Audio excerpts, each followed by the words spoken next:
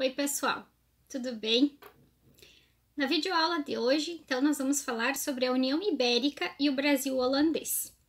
Esse período da história de Portugal e da Espanha que interfere diretamente na história do Brasil. Então, o que foi a União Ibérica? A União Ibérica foi um período da história de Portugal e da Espanha que corresponde a um período dos anos de 1580 até 1640. São 60 anos de União Ibérica. Então, esse período, o que marca esse período? Esse período ele é marcado pelo domínio espanhol sob o governo português, sobre a coroa portuguesa. E, respectivamente, as colônias portuguesas na África, na Ásia e na América, no caso Brasil. Então, a União Ibérica, ela foi a união, como o próprio nome diz, dos dois países ibéricos sob o domínio de uma mesma coroa. Né? Então, a união de Portugal e da Espanha, os países da Península Ibérica sob o domínio espanhol. Então, o início da União Ibérica está relacionado com uma crise sucessória que vai acontecer no governo português. O que é uma crise sucessória, gente? É uma crise onde que não há um sucessor ao trono. Por quê? 2 vezes acontece isso, uma na sequência da outra. Então, o rei de Portugal, no final do século XVI, era o Dom Sebastião. Ele era jovem e ele foi lutar numa batalha no norte da África contra os mouros, a batalha de Alcácer Quibir. E nessa batalha, no Marrocos, no norte da África, em 1578, ele acabou sumindo, ele morreu, desapareceu. E ele era muito jovem e não tinha herdeiros para suceder o seu governo. Então, aí nós temos uma primeira fase dessa crise de sucessão ao trono português. 2 anos, então nesse mesmo ano, logo depois que ele morre, o tio dele vai assumir o governo, mas era o tio-avô dele, que era o cardeal Dom Henrique. O Dom Henrique já era um homem de idade avançada e acabou morrendo e não tinha herdeiros, porque era um homem da igreja, enfim, né? Não tinha herdeiros. Então, em 1580, Portugal simplesmente não tinha quem assumisse o trono, quem desse continuidade à monarquia portuguesa. Então começa a haver uma disputa entre 3 pretendentes ao trono português que alegavam ser parentes do Dom Sebastião. Então, dentre esses 3 homens aí, desses 3 possíveis monarcas para o trono português, um deles era o rei da Espanha, o Filipe II. E o Filipe II, né, que também alegava ter parentescos com o falecido Dom Sebastião, recebe o apoio da maior parte da nobreza portuguesa interessada em aumentar os seus lucros, as suas relações de comércio com a questão do domínio espanhol sobre os territórios portugueses e coloniais de forma geral.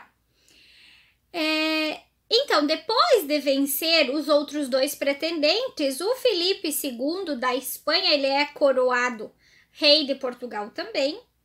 Assim, nós temos o fim da dinastia de Avis, que era a dinastia que governava Portugal, e temos início ao período da União Ibérica, em 1580.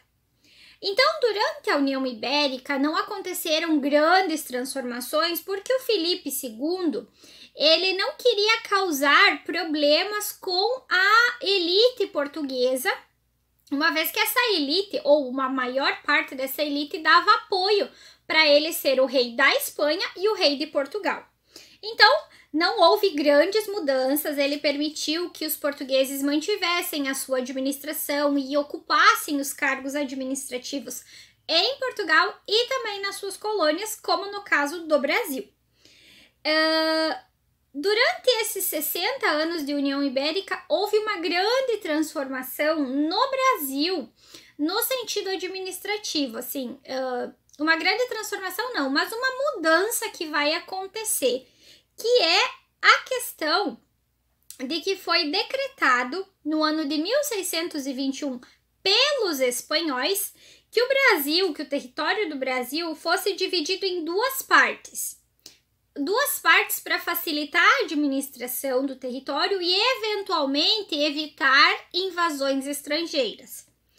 Que duas partes vão ser essas que vão surgir? A primeira parte recebeu o nome de Estado do Maranhão.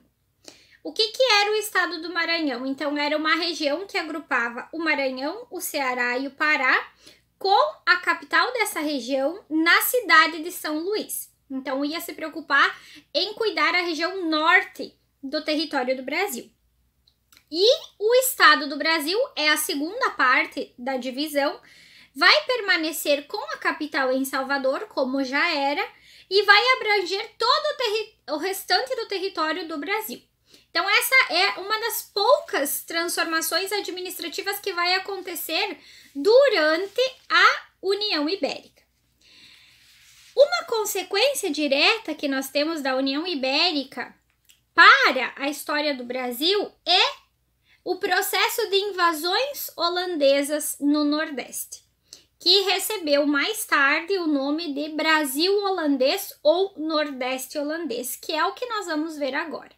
Então, como a prof falou, uma das consequências diretas da União Ibérica vai ser essa invasão dos holandeses aqui no Nordeste do Brasil. Por quê? Vamos ver o contexto que isso vai acontecer. Então, as Províncias Unidas dos Países Baixos, lá na Europa, pertenciam à Espanha e elas estavam buscando a sua independência.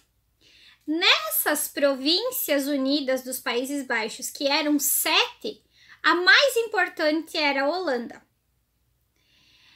Essa região dos Países Baixos, ela era predominantemente protestante, enquanto que a Espanha, que dominava essa região, era oficialmente católica. Então, o processo de independência das Províncias Unidas dos Países Baixos, que tinha como província mais importante a Holanda, vai estar relacionado a 2 fatores. O primeiro é a questão religiosa que eu acabei de falar, pela região ser predominantemente protestante e a Espanha ser católica. E o segundo fator é por questões econômicas, pela alta cobrança de impostos, pela limitação de relações de comércio impostas pela Espanha para essas províncias. A Holanda, gente, ela era um país, né, uma província que tinha fortes relações econômicas com Portugal e relações amistosas. Então, nesse processo aí, a gente tem que pensar o quê? Que os amigos da Espanha se tornaram amigos de Portugal também. Porém, os inimigos de Portugal os inimigos da Espanha se tornaram inimigos de Portugal também por causa da União Ibérica. Então, as invasões holandesas no Nordeste, elas estão relacionadas à questão da União Ibérica, uma vez que havia esse conflito entre a Holanda e a Espanha. Então, como a prof falou, Portugal tinha relações amistosas e boas relações de comércio com a Holanda. E a Holanda, ela tinha uma significativa participação na produção e na comercialização do açúcar aqui no Brasil. Ela comprava esse açúcar que era produzido aqui, refinava na Europa e comercializava lá. Quando a Espanha dominou Portugal e, consequentemente, dominou o Brasil, a Holanda se preocupou. E para garantir que a sua participação na produção açucareira continuasse, os holandeses, que vão se organizar em companhias de comércio, e aqui no Atlântico é a Companhia das Índias Ocidentais, vão iniciar a invasão do território do Brasil para garantir a sua participação no comércio do açúcar. Então, a primeira grande tentativa holandesa vai se dar no ano de 1624, que é quando a Companhia das Índias Ocidentais tenta invadir a capitania da Bahia.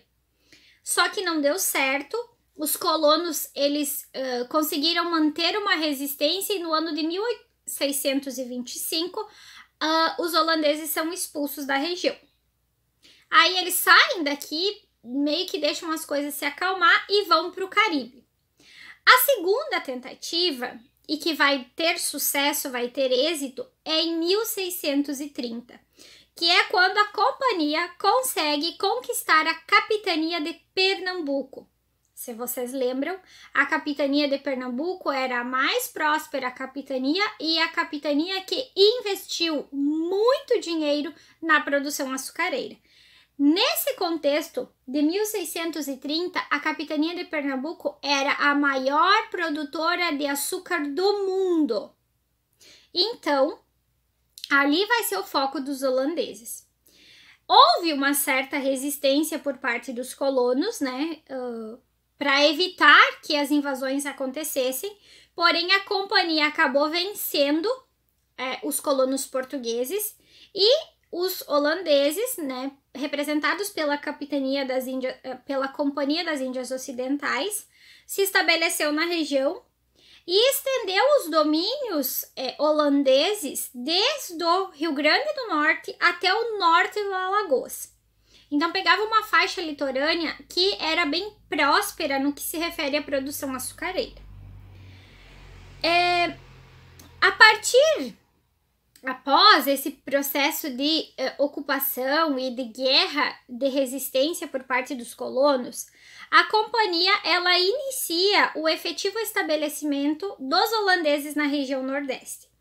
E a partir disso, eles passam a negociar com os colonos portugueses e passam a investir muito dinheiro no aumento da produção açucareira.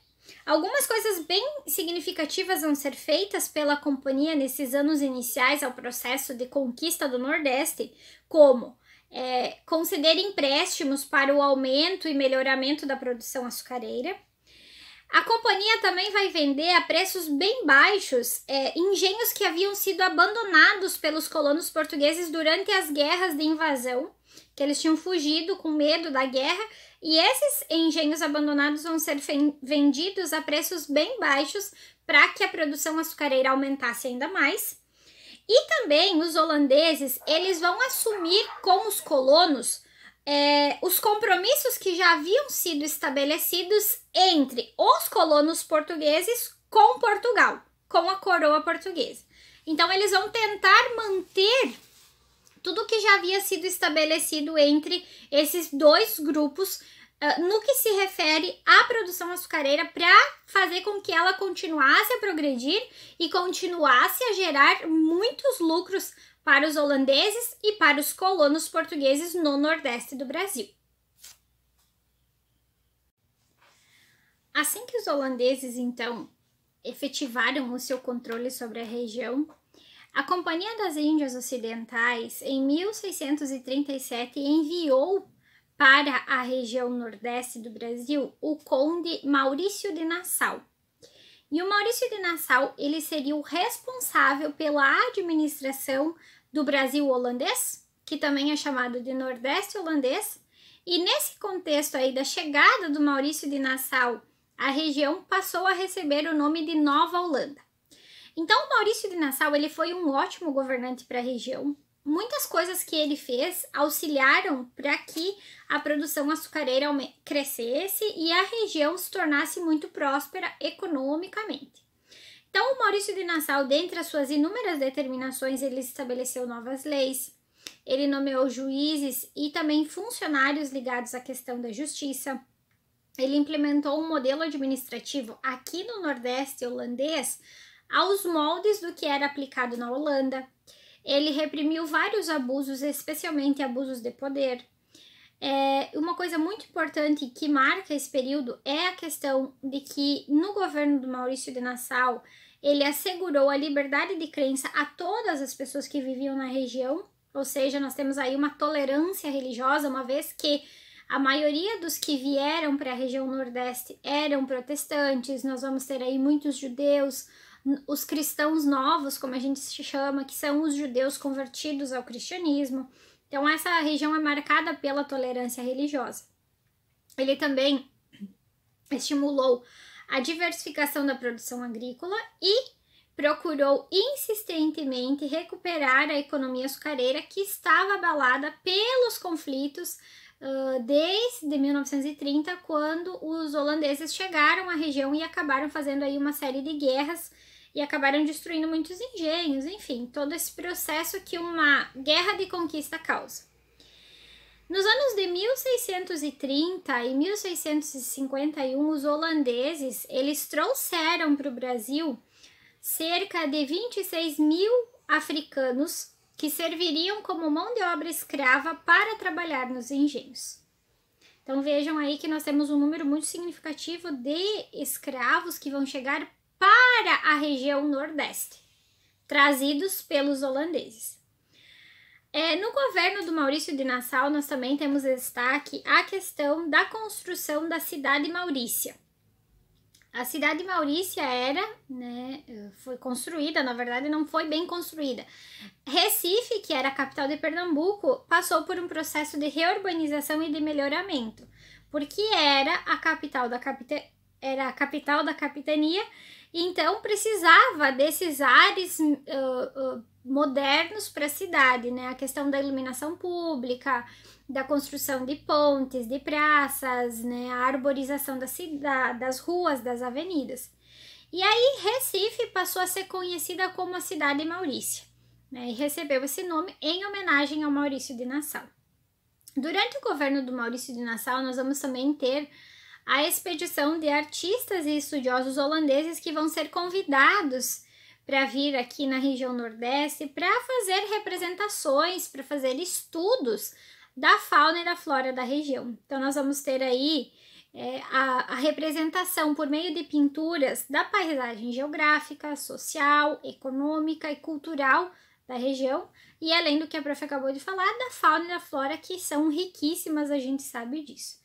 Então, o governo do Maurício de Nassau, ele foi bem importante e bem bom para os colonos, uma vez que tudo que ele procurou fazer foi para beneficiar, para melhorar tanto a vida e a produção açucareira para os colonos, quanto para a Companhia das Índias Ocidentais, uma vez que, se os colonos prosperassem, a companhia também teria essa prosperidade econômica. Então, ele investiu muito nessa região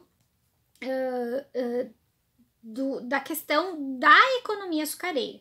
A questão dos empréstimos que vão ser concedidos para os colonos aumentarem os canaviais, comprarem instrumentos, comprarem escravos. Então, tudo isso melhora a produção açucareira, recupera a economia açucareira que estava debilitada por causa das invasões holandesas.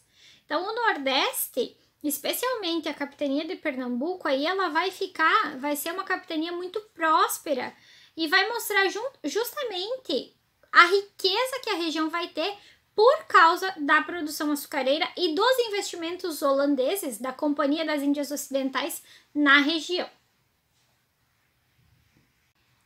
Então, pessoal, em 1640 surge em Portugal uma nova dinastia, a dinastia de Bragança.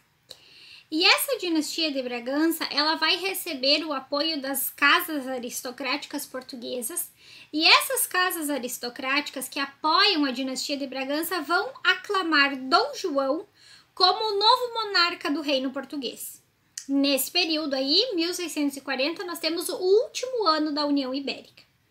Então, a aclamação do Dom João ao reino de Portugal vai então vai finalizar a União Ibérica.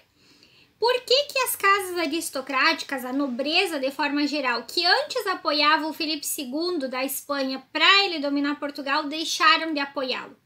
Porque essa nobreza, ela ficou muito incomodada com o fato dos espanhóis não defenderem as possessões portuguesas no Oceano Índico e no Oceano Atlântico, diferente do que eles faziam com as possessões deles no Peru, no México, enfim. E aí essa elite portuguesa, essa nobreza, os grandes comerciantes, eles vão dar fim à União Ibérica por causa dessa série de descontentamentos em relação à política do Filipe II para com as possessões portuguesas. Esse processo que leva ao fim da União Ibérica com a aclamação do Dom João vai ser conhecido como Restauração Portuguesa ou Guerra de Restauração, que é esse processo que dá fim à União Ibérica. Por que Guerra de Restauração, gente? Porque os espanhóis não vão aceitar de boas o fim da União Ibérica, e aí eles vão sim apresentar uma certa resistência aos portugueses para que a União Ibérica não tivesse fim. Então, quando o Dom João IV ele assumiu o poder, deu início à dinastia de Bragança, ele iniciou uma série de negociações com a Holanda para que a Holanda comprasse o Nordeste do Brasil, que ainda estava sob domínio dos holandeses. Porém, a Companhia das Índias Ocidentais, que administrava o Nordeste do Brasil, na figura do Maurício de Nassau e de outros setores administrativos, não aceitou a negociação, não quis comprar o Nordeste, e a partir disso, então, Portugal planeja uma reconquista da região. Uma vez que os holandeses não quiseram adquirir ela para eles, então Portugal vai pensar num processo de reconquista do Nordeste do Brasil. Então, pessoal, nesse processo aí de planejamento da coroa portuguesa em reconquistar o Nordeste do Brasil, nós vamos ter problemas aqui no Nordeste mesmo, porque vão começar a haver divergências entre a Companhia das Índias Ocidentais e o Maurício de Nassau, quanto aos rumos que deveriam ser tomados na região. E aí, no ano de 1644, a Companhia das Índias Ocidentais tira o Maurício de Nassau do cargo de governador da Nova Holanda, do Brasil holandês ou do Nordeste holandês, e faz com que ele retorne para a Holanda, retorne para a Europa. Isso causa um descontentamento muito grande nos colonos, porque os colonos tinham boas relações com o Maurício de Nassau. O Maurício de Nassau se preocupava efetivamente com a região, tinha investido muito na região. A região tinha prosperado durante o governo dele. E aí, somado-se ao fato da expulsão do Maurício de Nassau do cargo de governador do Brasil holandês, a Companhia das Índias Ocidentais, quando tomou o controle da região para si, começou a cobrar os empréstimos que o Nassau tinha feito para os colonos. Tipo, da noite para o dia vocês têm que começar a pagar esses empréstimos. Além disso, outras medidas que a companhia vai tomar vão começar a desagradar muito mais os senhores de engenho. Como Portugal estava livre da Espanha por causa da restauração portuguesa, da dinastia de Bragança ter chegado ao poder, os portugueses, a coroa portuguesa, passa a ajudar os colonos do Nordeste numa possível expulsão dos holandeses da região, que vai se efetivar no ano de 1645, um ano depois que o Maurício de Nassau sai do Nordeste. Então, esse levante, no ano de 1645, formado por portugueses e colonos, vai dar início ao que ficou conhecido como Insurreição Pernambucana. A Insurreição Pernambucana, então, ela se inicia em 1645 e se estende até 1654, que é quando efetivamente os holandeses são expulsos da região e Portugal consegue o controle, a reconquista do território. Então, nesse conflito que envolveu, de um lado, colonos e portugueses contra os holandeses, vai haver, por parte de indígenas e de africanos libertos, um apoio aos colonos e aos portugueses nesse processo de expulsão dos holandeses. Então, nós vamos ter aí muitos anos, né, dessa conquista, desse processo de expulsão dos holandeses. E uma batalha muito significativa em 1648 vai enfraquecer os holandeses e que em 1654 vai permitir a reconquista total dos portugueses sobre a região, que é a Batalha dos Guararapes, em 1648. Então, a partir disso, os holandeses se enfraquecem na região e em 1654 os portugueses eles conseguem o controle total da região do Nordeste do Brasil.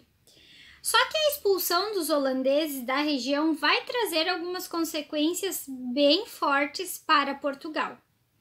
A primeira dessas consequências é que o açúcar que era produzido no Brasil, ele vai entrar em declínio no mercado internacional.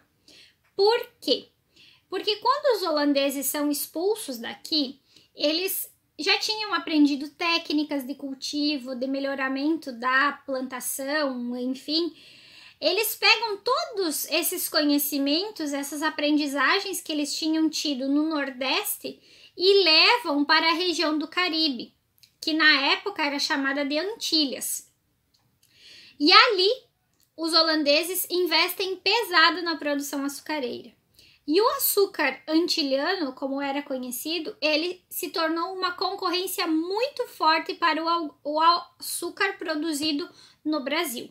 Então, os holandeses levam para outra região do mundo as técnicas, os conhecimentos que tinham aprendido aqui e, consequentemente, isso causa uma desvalorização do açúcar produzido no Brasil, o preço dele cai muito e o açúcar produzido nas Antilhas, ele também era de melhor qualidade.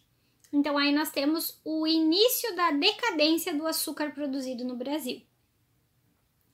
A segunda grande consequência, um ponto a respeito da expulsão dos holandeses, é a quebra do monopólio português sobre o comércio transatlântico de escravos.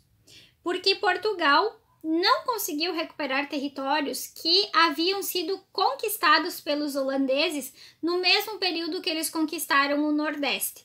Então, eles conquistaram o Nordeste e conquistaram outras regiões na África que eram de Portugal e ali eles acabaram tendo o controle sobre o comércio de escravos. E Portugal não conseguiu recuperar esses territórios nesse contexto do fim da União Ibérica.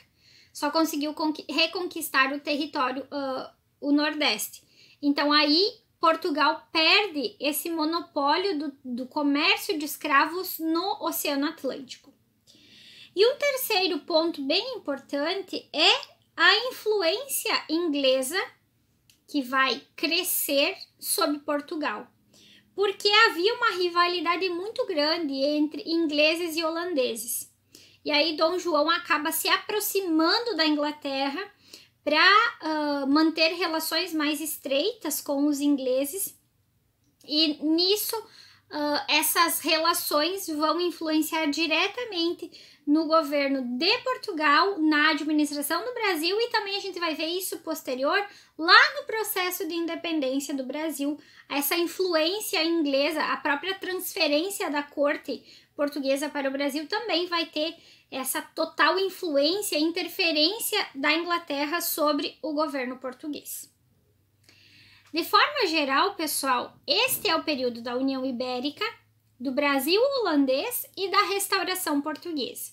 Então, é um período do final do século XVI até meados do século XVII da história do Brasil, que é marcada pela influência dos espanhóis e dos holandeses no nosso território. Temos a questão muito forte da influência holandesa na arquitetura, na cultura do Nordeste, especialmente da região de Pernambuco, e é um grande marco da história do Brasil esse período. O açúcar ele continua sendo produzido nessa região, não em tanta quantidade como era durante esse período da ocupação holandesa no Nordeste, mas sim o açúcar ainda é um produto, a cana-de-açúcar ainda é um produto muito produzido no Brasil. Eu espero que vocês tenham gostado desse vídeo, desse assunto. a respeito mais dessa parte da história do Brasil aí, que é bem importante a gente saber sobre a colonização, esses anos iniciais, esse século inicial aí da colonização do Brasil. Um beijo a todos e até o próximo vídeo.